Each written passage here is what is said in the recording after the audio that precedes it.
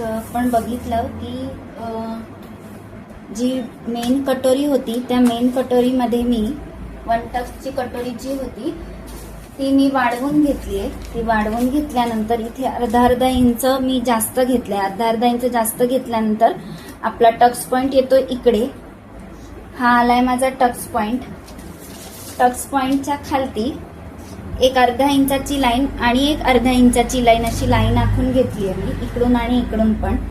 आणि अर्धा इंच खाली घेतल्यानंतर हा टक्स पॉइंट माझा अर्धा इंच वरती जाणार आहे, त्याच्यामुळे बाजूला 1.5 इंच आहे आणि ते मी असं इथे क्रॉस मार्किंग केलेलं आहे। त्याच्यानंतर हे जे टक्स पॉइंट उंची आलेली त्याच्या खाली अर्धा आणि अर्धा हे अशा लाईन 2 आखून घेतल्या मी।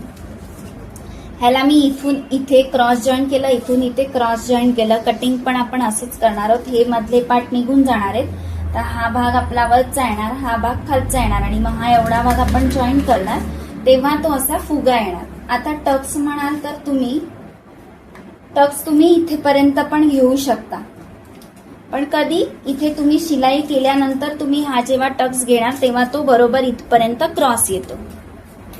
आता कटिंग कसं करायचं ते दाखवते।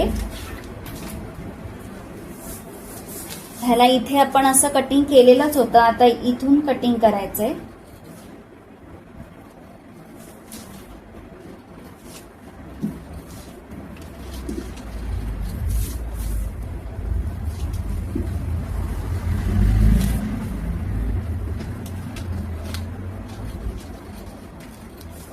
हे कटिंग झाल्यानंतर हा जो मधला टक्स आहे हा आपल्याला काढून टाकायचा आहे।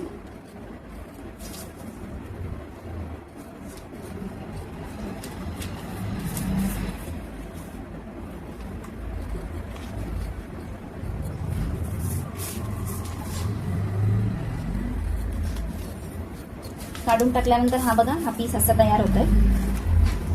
आता ह्याच्यामध्ये आपल्याला फक्त पाव इंच इथे वाढवायचे का, तर हे शिवल्यानंतर एवढंच रेडी यावं म्हणून।